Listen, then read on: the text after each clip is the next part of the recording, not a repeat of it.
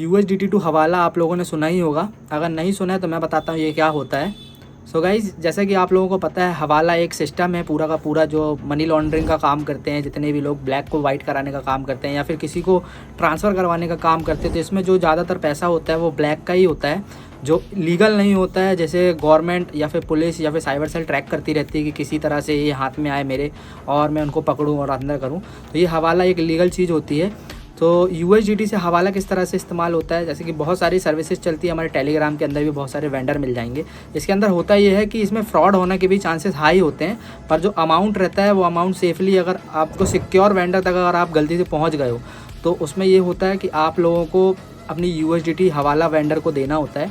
Like जो भी हवाला का नेटवर्क चलाता है उसको आपको अपनी USDT देनी पड़ेगी और उसको फिर उसके बाद आपको अपना एड्रेस बताना पड़ेगा। तो वो आपको एक सडन कैश अमाउंट, जो भी आपका अमाउंट का जितना भी बना होगा पैसा, उसको वो आप तक पहुंचाने का काम करते हैं उनके वेंडर्स जो हवाला सर्विस वगैरह प्रोवाइड करते हैं। तो उनके वेंडर्स आप तक जो है वो पैसा कैश करवाते हैं। और जो ये TRC20 के जो ट्रांजैक्शन होते हैं उसमें एक मिनिमल फ़ीस आती है। अगर आप BEP20 के थ्रू करते हैं तो उसमें तो किसी भी तरह का कोई फ़ीस नहीं लगता है, एकदम फ्री ट्रांजैक्शन होता है। और अगर आप TRC20 या फिर ERC20 वगैरह का से नेटवर्क से आप सामने पर्सन को ये ट्रांजैक्शन कर रहे हो तो उसमें एक आपको छोटी सी मिनिमल फ़ीस हो सकती है, $2 $3 तक की देनी पड़ जाए।